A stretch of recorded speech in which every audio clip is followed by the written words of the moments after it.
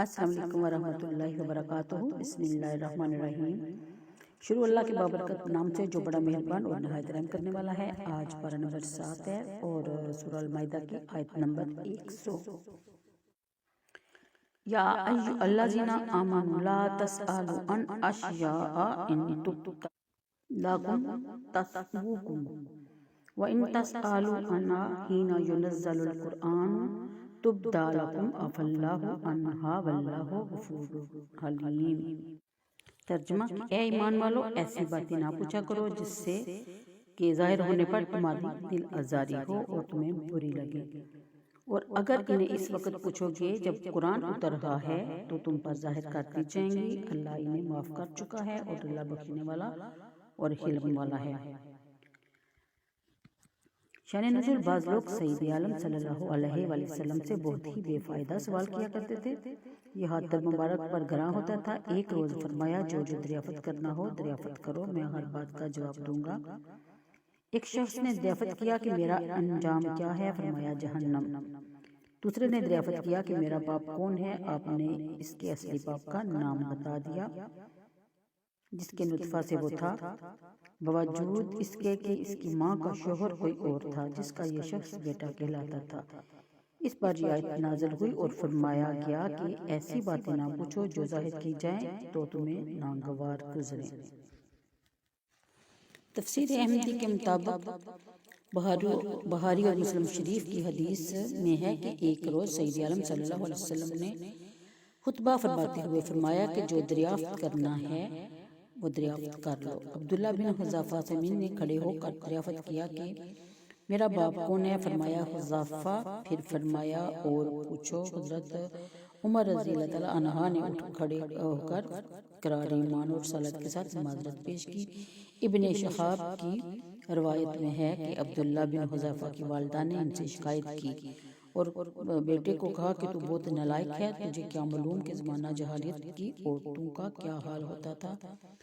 خدا نخواستہ تیری ماں سے کوئی قصور ہوا ہوتا تو آج وہ کیسے رسوا ہوتی؟ اس پر عبداللہ بن حذافہ نے کہا کہ اگر حضور کسی حبشی غلام کو میرا باپ بتاتے تو میں یقین کے ساتھ مان لیتا۔ بخاری شریف کی حدیث میں ہے کہ لوگ بطریق استغاثہ اس قسم کے سوال کیا کرتے تھے۔ کوئی کہتا کہ میرا باپ کون ہے، کوئی پوچھتا کہ میری اونٹنی گم ہوگی وہ کہاں ملے گی۔ اس پر یہ آیت نازل ہوئی۔ مسلم شریف کی حدیث میں ہے کہ رسول کریم صلی اللہ علیہ وسلم نے خطبہ میں حج فرض ہونے کا بیان فرمایا۔ اس پر ایک شخص نے کہا کہ یا رسول اللہ، ہر سال فرض ہے؟ حضرت نے سکوت فرمایا۔ سائل نے سوال کی تکرار کی تو ارشاد فرمایا کہ جو بیان میں نہ کروں اس کے در پہ نہ ہوا کرو۔